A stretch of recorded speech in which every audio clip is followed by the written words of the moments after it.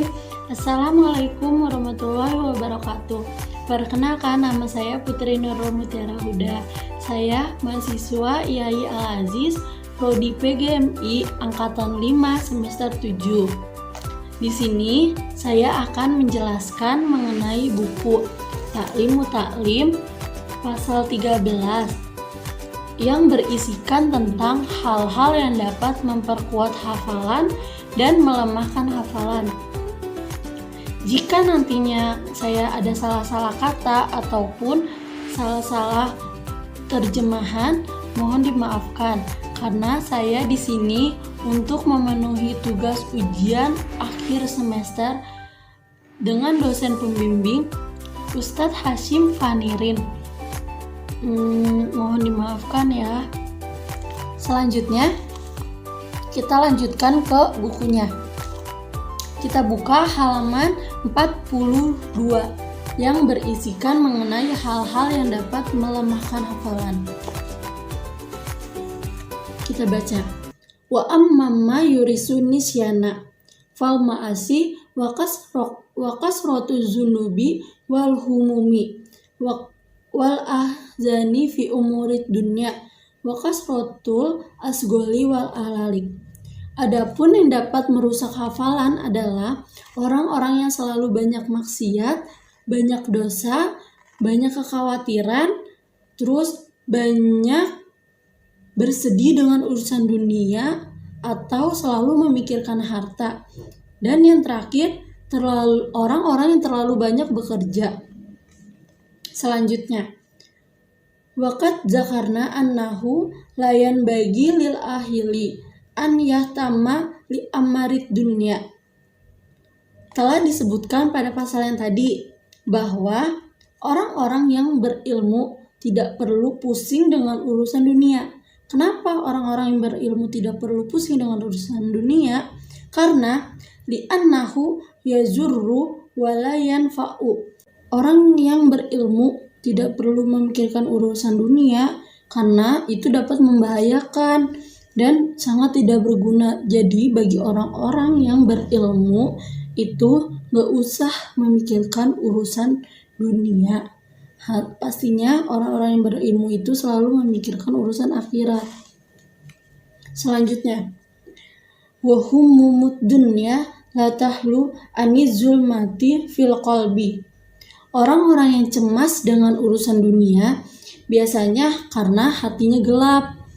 Dan sebaliknya, wa humumul akhirati la tahlu anin nuri fil qalbi. Orang-orang yang selalu memikirkan akhirat, hatinya bercahaya.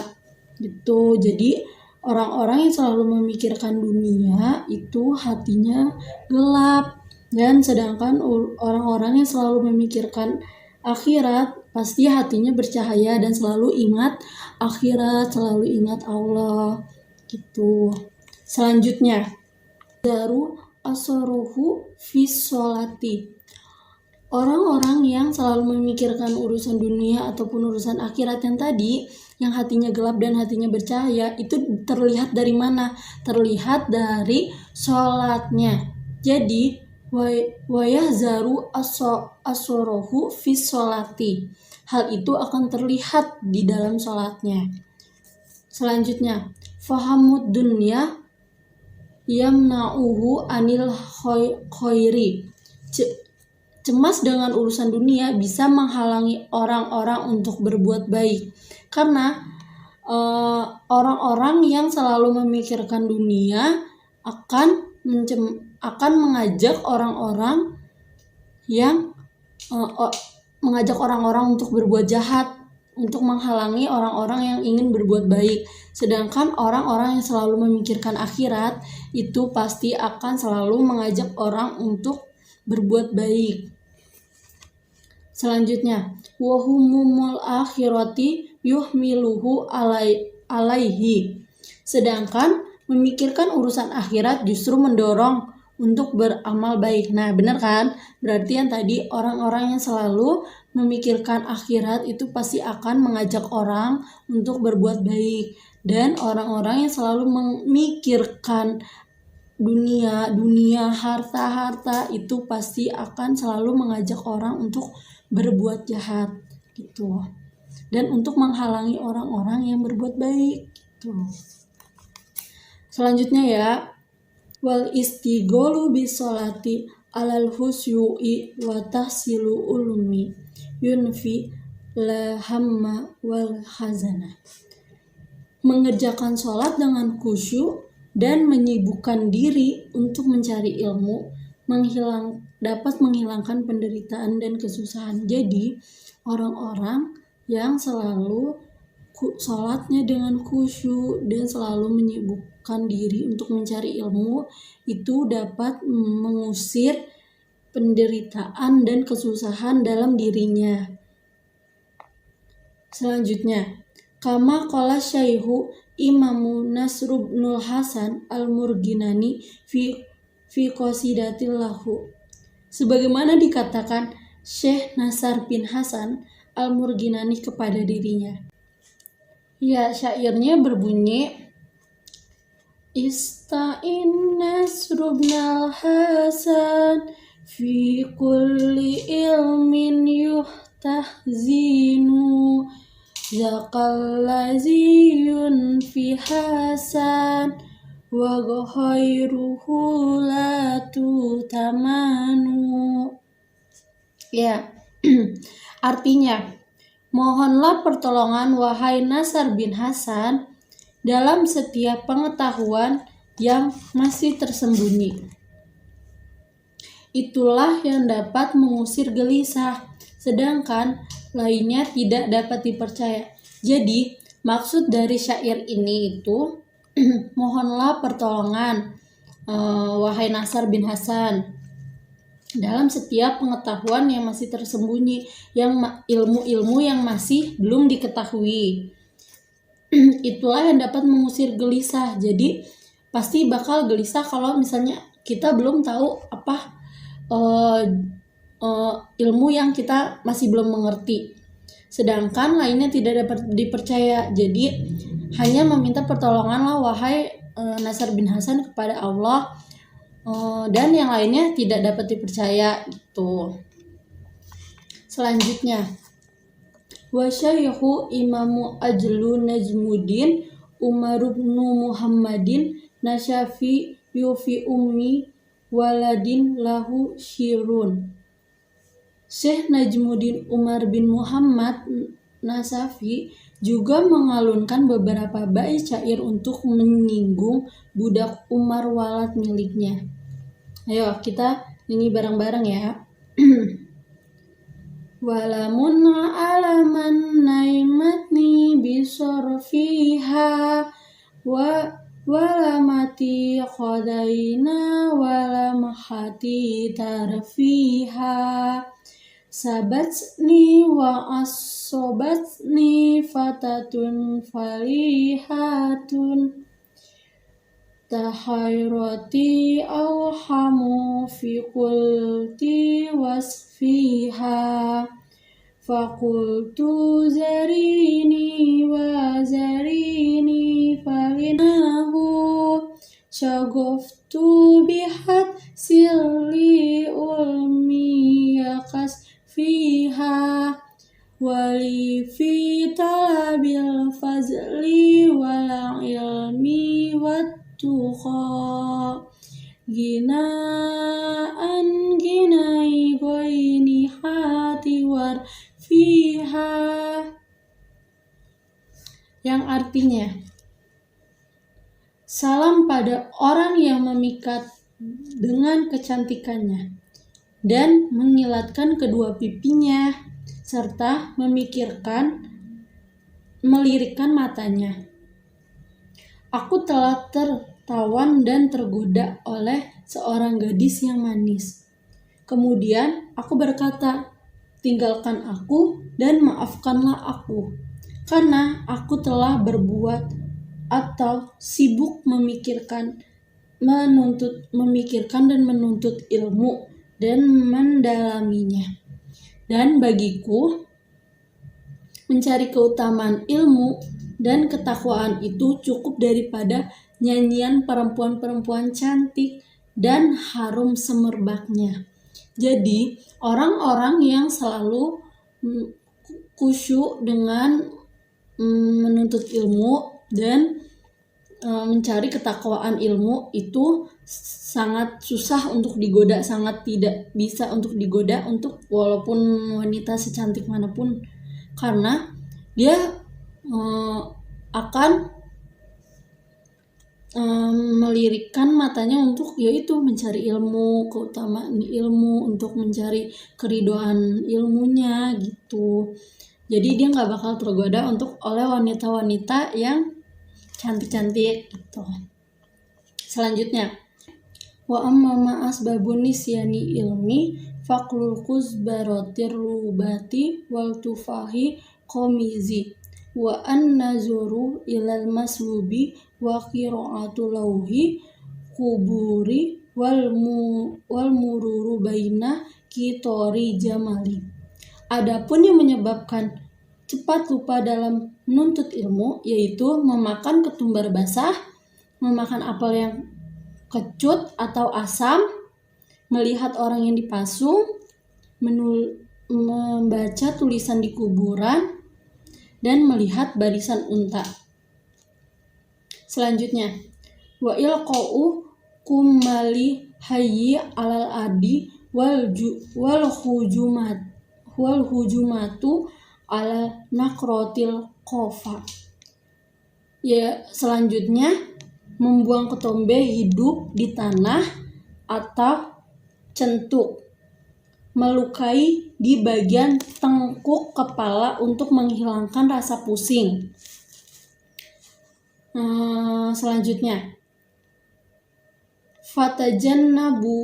fatajannabuha kullaha turiyasu bisyana. Maka hendaklah meninggalkan semua itu karena bisa menyebabkan cepat lupa hafalan. Jadi membuat cepat lupa hafalan itu bisa tadi membaca bacaan di kuburan, melihat barisan unta, membuang ketombe hidup di tanah. Itu adalah contoh-contoh yang dapat menyebabkan cepat lupa hafalan, seperti kayak hafalan-hafalan kalian yang dipelajari gitu, yang kalian hafalin, tiba-tiba kalian membaca tulisan di kuburan, atau melihat barisan unta, atau membuang ketombe basah, memakan apel yang asam atau kecut, itu bisa membuat hafalan kalian melemah, bisa membuat hafalan kalian memudar gitu. Jadi itu adalah contoh-contohnya. Sekian dari penjelasan ini. Bila ada kesalahan mohon dimaafkan. Selanjutnya sesi tanya jawab yang akan teman saya ingin bertanya tentang materi yang sudah saya jelaskan untuk hari ini. Silakan.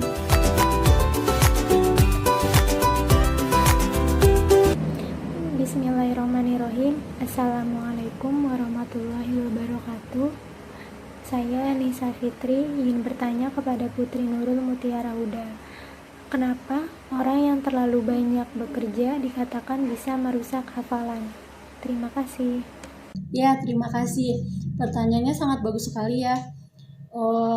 Kenapa orang-orang yang terlalu banyak bekerja itu dapat merusak hafalan?